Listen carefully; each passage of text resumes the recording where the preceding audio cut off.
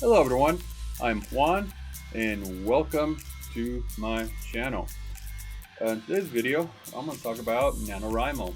For those of you who are unaware of what NaNoWriMo is, in November, you basically have a writing challenge. You make an effort to write an entire novel within the 30 days of November.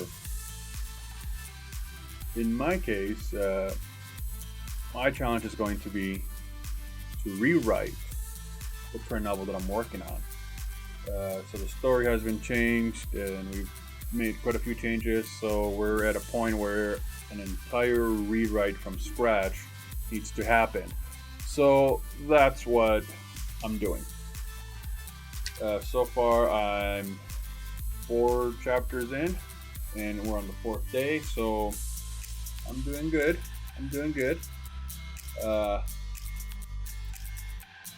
So one of the things that I want to participate in NaNoWriMo, again, this is a challenge and so forth, but also it is a habit building tool.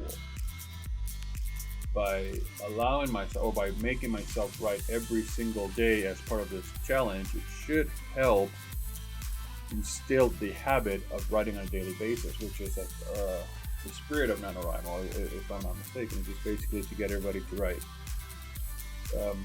Again, if you want to write something, or if you want to finish anything, what's that saying? Oh, a journey of 1,000 miles begins with a single step. So that's basically how that goes. So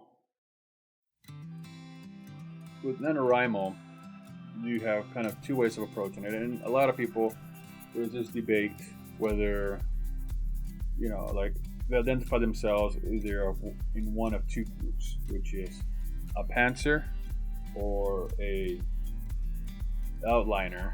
And the pantser term was a different one for me that I wasn't aware of until the last couple of years. I was introduced to it. But essentially, the pantser is kind of like you just sit down and you write, and no plan, you just get into it. And as a short story writer, that's kind of the way that I would approach my work, because I would just like, oh yeah, I can hold the whole story in my head, blah blah blah blah, but it was a short story. What I've learned as far as writing a novel, even if you want to say, oh, I'm gonna jump right in and just write every day, great, I'm happy for you. But you need to have a plan. So that's where the outliner comes in. They have a plan. But I find that when I try to, people that, they'll come up with a plan, but then they won't do any of the writing.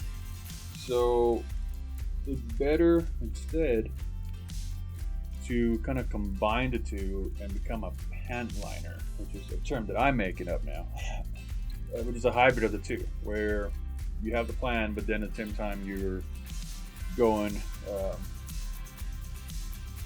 you still do the writing. And so the way that I would approach that is write something down, then go back and analyze it, and then create the plan and rewrite, but you gotta have that structure in place. Then you have to be willing to do the work as far as making the plan. Without a plan, you won't go anywhere. I think I'm going over what I'm saying more than once, but that's because it's important that this point gets across. So my success tip number 1, to be able to accomplish this, is simply to ask, what is the ending? You come, if you sit in one of my writers groups, for instance, and they're like, well, what are we going to do, Juan? Or what should I do to finish my story? And one of the things that I ask, and I'm adamant about, is, what is your ending? How does your story end? And I need an answer.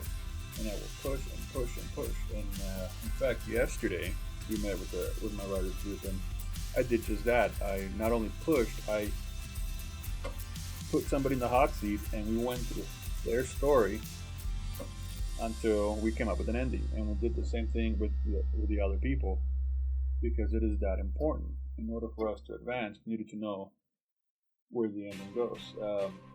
It gives us direction, and it gives the story purpose, because we now have a goal, and our chances of success of actually completing the work go up. And so again, it's the first question that I'm going to ask is this: once you know what your ending is, then you do need to commit. So the second part of the equation is, yes,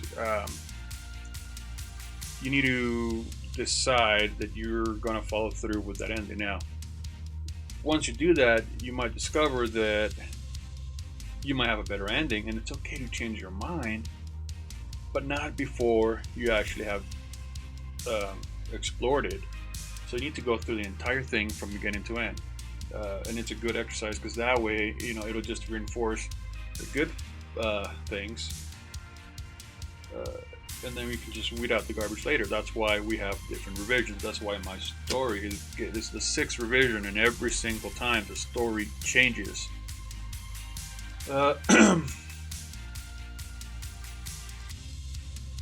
So again, do the work. And some of you are saying, well, Juan, how do I come up with an ending? And it is so important. So then you have to ask some questions. If you don't know what, you need to know who your characters are, and you need to know what the arc of the story or the plot of the story is. If you don't know, essentially, what is the story? And a lot of times you really don't know. I mean, you confuse the story with maybe the theme or whatnot, but there is no. But you really don't have a story. Why? Because you have no ending. All you've been doing is writing cool scenes and not getting anywhere without any direction. The first thing you got to do is, there's 3 types of endings or starting points to decide what the ending is to your book or to your novel.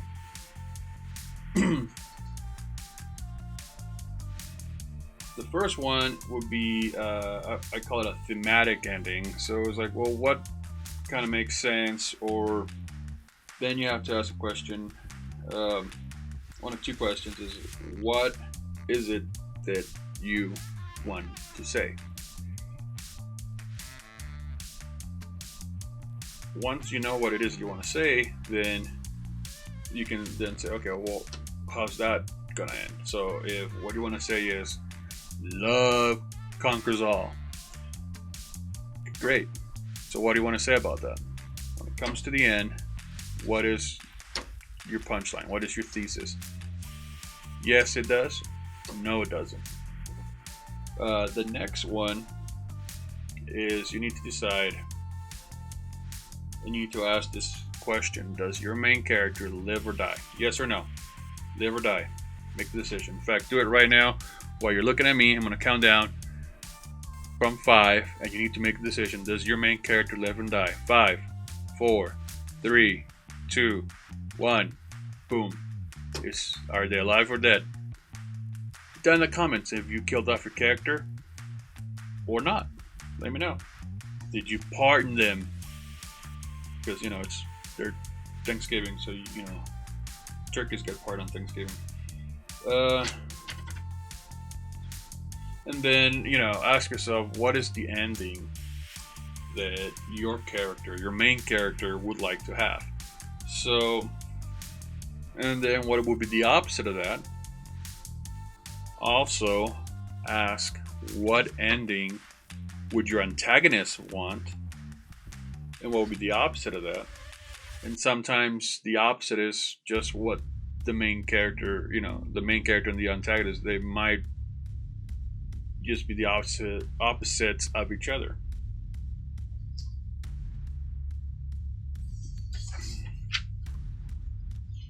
So now you're saying, well, Juan, I don't know what my character wants. Or you're maybe have some confusion as to how to get there. Well, that's why we have a character arc. So you need to define which one of the three main arcs the character falls in. So they're either a positive arc, negative arc, or a flat arc. So just to keep things simple. So basically, all three arcs are about growth. In a positive and a negative arc is about the individual character's growth.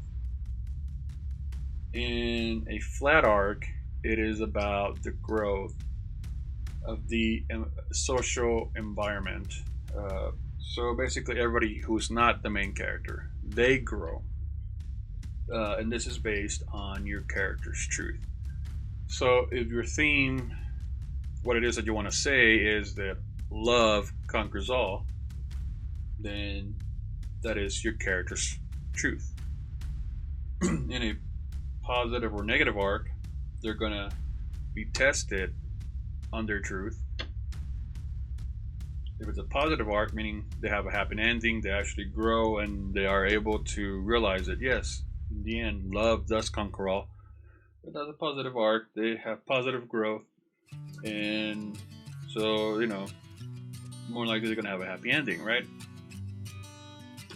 On the other hand, maybe they don't believe that love conquers all, and they go through, and at the end, it is proven that it doesn't, or maybe they are hopeful. Maybe they do start off believing that love conquers all, but through the course of the book, they realize that they have to be more practical. So they they make away with the whole love conquers all fairy tale, and they fall. And then a flat arc, the growth is basically for the people around them. So they themselves know their truth. They're tested, and they're consistent throughout. There's no doubt. They're always on point. But the people around them begin to change. So this is a good example that I can think of is maybe Miracle on 34th Street. So we have the character of Kris Kringle, who is always consistent.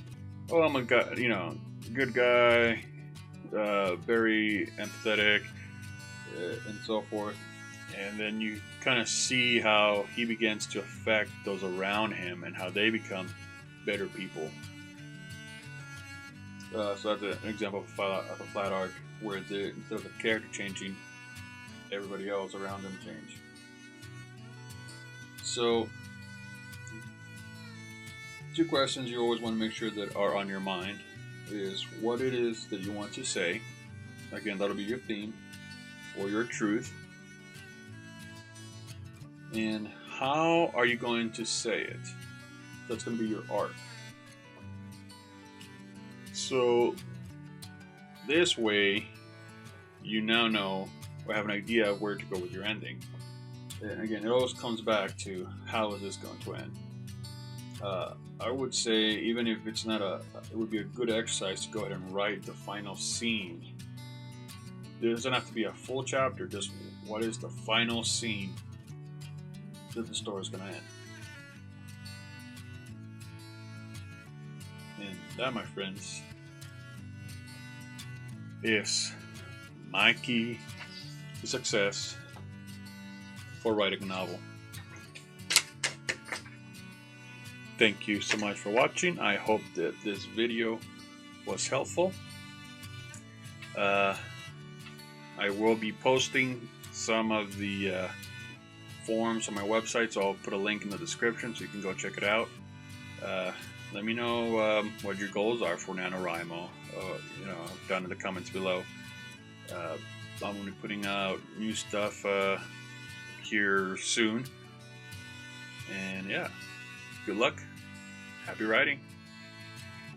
Subscribe, and thanks for watching.